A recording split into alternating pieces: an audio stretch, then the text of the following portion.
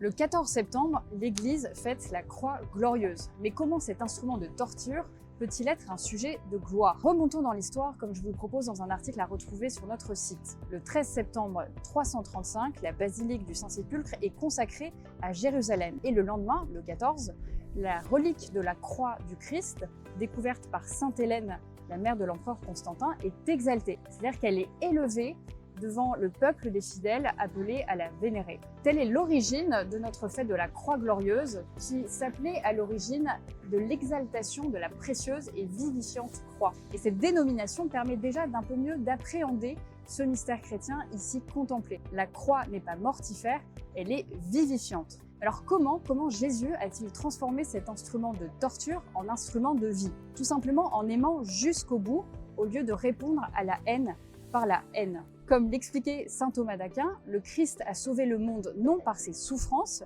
mais par son amour infini manifesté sur la croix. Saint Thomas écarte ainsi toute tentation de dolorisme. Sans l'amour, sans cette clé de lecture, le langage de la croix est donc incompréhensible. Folie pour les païens et scandale pour les juifs, comme disait saint Paul. Et justement, l'apôtre Paul n'a cessé d'annoncer l'évangile pour que ne soit pas réduite à rien la croix du Christ. Et cette tentation de gommer ce qui est scandaleux dans le message chrétien est bien réelle aujourd'hui. Et le pape François dénonçait ainsi l'illusion d'un Christ sans la croix, c'est-à-dire un maître spirituel qui console et donne de bons conseils. Mais il est une autre tentation que le pape épinglait aussi, qui est celle de la croix sans le Christ, c'est-à-dire sans espérance. Donc ce 14 septembre, posons-nous la question, le Christ crucifié est-il pour moi un mystère d'amour?